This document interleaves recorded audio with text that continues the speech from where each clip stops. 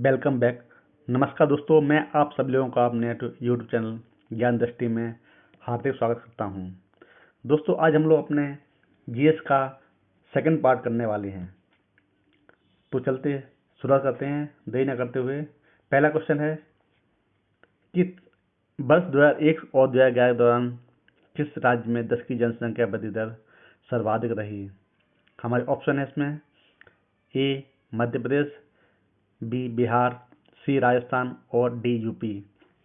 तो दोस्तों, इसका जो सही आंसर हो जाएगा वो हो जाएगा ऑप्शन नंबर बी बिहार। दोस्तों, बिहार में हमारी 10 की जनसंख्या वृद्धि दर सर्वाधिक रही थी। चलिए दोस्तों, आगे बढ़ते हैं। हमारा अगला क्वेश्चन है, निम्न में से किस विद्रोह को मनमेय विद्रोह के नाम से भी जाना जाता है। हमारे ऑप्शन है संथाल विद्रोह, रंपा विद्रोह, रामोसी विद्रोह और मोपला विद्रोह। तो जो इसका जो सही आंसर हो जाएगा वो हो जाएगा ऑप्शन नंबर सी रंपा विद्रोह। रंपा विद्रोह को मनमेय विद्रोह के नाम से भी जाना जाता है। दोस्तों, आगे बढ़ते हैं। हमारा नेक्स्ट क्वेश्चन है, अर्का किरण किस फल की किस्म है। हमारे ऑप्शन इसमें हैं ए सेब, बी अमरूद, सी पपीता और डी अनार। तो आप लोगों को बताना है कि ये अर्का किरण है ये किस फल की किस्म है। तो हमारा इसका जो सही आंसर हो जाएगा वो हो जाएगा ऑप्शन नंबर बी अमरूद।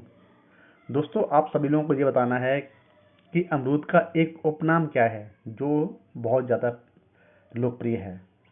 चलिए दोस्तों, आगे बढ़ते हैं। हमारा अगला क्वेश्चन है, कुछ सूची दी गई हैं और उनसे संबंधित स्थान दिए गए हैं। तो हमको बताना कि इसमें से कौन सा सम्मिलित नहीं है। तो ए पर है काकोड़ा मेला जो बदायूं दिया गया है, बी रामनगरिया मेला अयोध्या, सी मुड़िया मेला वृंदावन और डी सोरो मेला एटा। तो इसमें जो जो सही सम्मिलित नहीं है वह है हमारा ऑप्शन नंबर बी रामनगरिया मेला। ये हमारा अयोध्या में होकर के ये हमारा पड़ता है जिला फरक्काबाद में, उत्तर प्रदेश। चलिए दोस्तों, आगे बढ़ते हैं। हमारा अगला क्वेश्चन है, निम्न में से कौन सा एक जैव निम्नीकृत प्रदूषक नहीं है। ए खाद्य अपशिष्ट, बी कार्बन पेपर, सी जंतुओं के अपशिष्ट और डी सब्जियों व फलों के छिलके। तो हमारा जो इसका सही आंसर हो जाएगा वो हो जाएगा option number B carbon paper. Carbon paper हमारा जैव निम्नीकृत प्रदूषक नहीं है। चलिए दोस्तों, आगे बढ़ते हैं। अगला क्वेश्चन है हमारा, निम्न में से किसने साम्राज्यवाद और सैन्यवाद को पूंजीवाद का जुड़वां बच्चा कहा है। हमारे ऑप्शन है इसमें है जवाहरलाल नेहरू, सुभाष चंद्र बोस, लाला लाजपत राय और जेपी नारायण। तो हमारा जो इसका जो सही आंसर है वो हो जाएगा option number B Lala Lajpat Rai. दोस्तों, लाला लाजपत राय ने साम्राज्यवाद और सैन्यवाद को पूंजीवाद की जुड़वां बच्चा कहा है। हमारा अगला क्वेश्चन है, 1857 के विद्रोह में कौन सा एक सही सुमेलित है जिसमें कुछ विद्रोह दिए गए हैं और उनकी नेतृत्वकर्ता। तो हमको बताना है कि कौन सा सही सुमेलित है। तो जो फरक्काबाद में हुआ था वो उसके नेतृत्वकर्ता हैं शहीद हसन, इलाहाबाद के मौलवी अहमदुल्ला, संबलपुर के सुरेंद्र साई और मथुरा के कदम सिंह। तो ये इसका जो सही आंसर हो जाएगा वो हो जाएगा option number C Sambalpur. Sambalpur के सुरेंद्र साई ये सही है। अच्छा, आगे बढ़ते हैं। हमारा अगला क्वेश्चन है कि निम्न में से कौन सा देश और उनकी मुद्रा सही से सम्मिलित नहीं है। तो इसमें जो मुद्रा सोल मुद्रा है अर्जेंटीना, रूबल रूस की, शेकेल इजराइल और लिरा तुर्की। तो हमें बताना है कि इसमें से कौन सी सही सम्मिलित नहीं है। तो हमारा ऑप्शन हो जाएगा जो सही है वो हो जाएगा हमारा सी। जो सोल मुद्रा है दोस्तों वो अर्जेंटीना की नहीं है। आपको कमेंट बॉक्स में बताना है कि यह मुद्रा किस देश की है। दोस्तों, आगे बढ़ते हैं। हमारा अगला क्वेश्चन है कि पेटालाइट स्पोडुमिन और एब्ला एगोनेट इत्यादि किसके प्रमुख अयस्क हैं? आपको बताना है कि जो अयस्क इसमें दिए गए हैं ये किस धातु से संबंधित हैं। हमारे ऑप्शन इसमें है A lithium, B titanium, C vanadium और डी क्रोमियम। तो दोस्तों इसका जो सही आंसर हो जाएगा वो हो जाएगा ऑप्शन नंबर ए लिथियम। ये सभी अयस्क लिथियम धातु के हैं। हम अगले क्वेश्चन को बढ़ते हैं। हमारा अगला क्वेश्चन है किस देश की सीमा काला सागर से नहीं लगती है? हमारे ऑप्शन में है रोमानिया, बुल्गारिया, जॉर्जिया और आर्मेनिया। तो आपको बताना है कि इनमें से किस देश से ब्लैक सी की सीमा नहीं लगती है। तो जो इसका जो सही आंसर हो जाएगा वो हो जाएगा ऑप्शन नंबर डी आर्मेनिया। दोस्तों आर्मेनिया से काला सागर की सीमा नहीं लगती है। काला सागर मतलब ब्लैक सी। दोस्तों आगे बढ़ते हैं। हमारा नेक्स्ट क्वेश्चन है कि किस वर्ष मणिपुर, मेघालय और त्रिपुरा, ये जो 3 राज्य हैं, इनको पूर्ण राज्य का दर्जा प्रदान किया गया है? हमारे ऑप्शन है 1970, 1971, 1972, 1973। तो इसका जो सही आंसर हो जाएगा वो हो जाएगा ऑप्शन नंबर बी 1972। इन सभी राज्यों को 1972 में पूर्ण राज्य का दर्जा मिला था। अगला क्वेश्चन है हमारा, इसमें देश दिए गए हैं और उनकी राजधानी, इनमें से जो सही नहीं है वो हमको बताना है कि कौन सा इसमें गलत है। तो हमारे इसमें दिए गए हैं पापुआ न्यू गिनी, ये मोरेस्बी, सामोआ, ये अपियासे, बानुआत, पोर्ट बेला और किरबाती फनाफिती। तो इसका जो सही आंसर है वो हो जाएगा ऑप्शन नंबर डी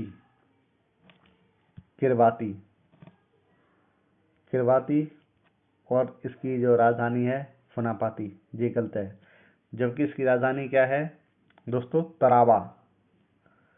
चलिए हम आगे बढ़ते हैं। हमारा नेक्स्ट क्वेश्चन है कि निम्न में से कौन सा सही सुमेलित नहीं है? सीसीटीवी का बताया गया है कैमरा सर्टिफिकेट टेलीविजन, और सीआरटी की फुल फॉर्म है कैथोड रे ट्यूब, एलईडी की फुल फॉर्म है बताई गई है लाइट एमिटिंग डायोड, और एलसीडी की लिक्विड क्रिस्टल डिस्प्ले। तो हमको बताना है कि इसमें कौन सा गलत है। तो इसका जो सही आंसर हो जाएगा वो हो जाएगा ऑप्शन नंबर ए सीसीटीवी। इसकी full form camera circuit television ना होकर के इसकी क्या होती है? Close circuit TV. Close circuit TV. दोस्तों आगे बढ़ते हैं। अगला क्वेश्चन है भारतीय संस्कृति के स्वर, ये जो निबंध संग्रह है ये किसने लिखा हुआ है? हमारे ऑप्शन है महादेव वर्मा, रामधारी सिंह दिनकर, भारतेंदु हरिश्चंद्र और जयशंकर प्रसाद। तो हमको बताना है कि जो निबंध संग्रह है ये इनमें से किस लेखक ने लिखा हुआ है। तो हमारा इसका जो सही आंसर हो जाएगा वो हो जाएगा option number A Mahadevi Verma. दोस्तों आप लोगों को कमेंट बॉक्स में बताना है कि महादेवी वर्मा का एक उपनाम क्या है जो बहुत ज़्यादा प्रचलित है। चलिए दोस्तों हम आगे बढ़ते हैं।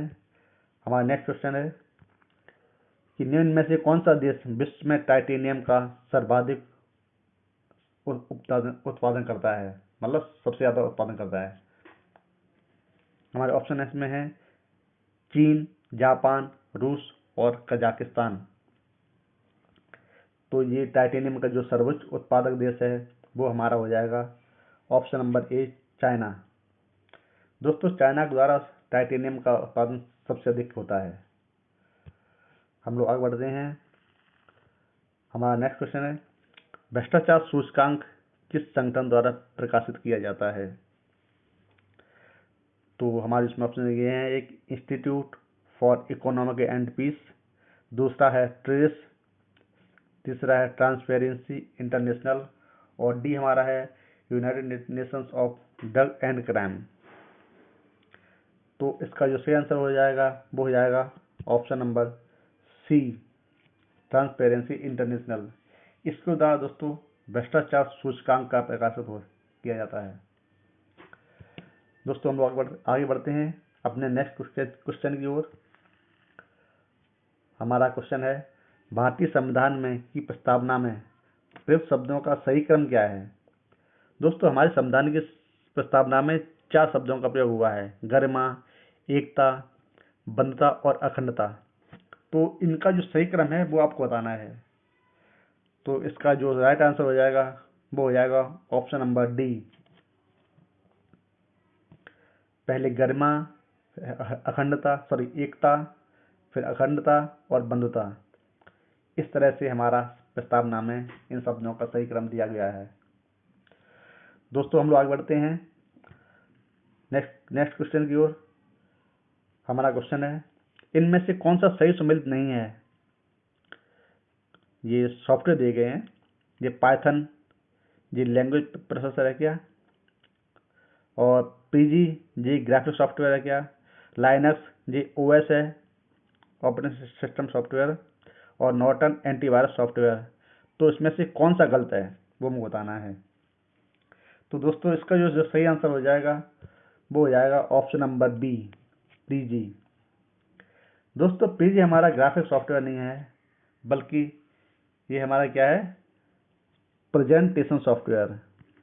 इससे हम कोई भी अपनी प्रेजेंट करते हैं।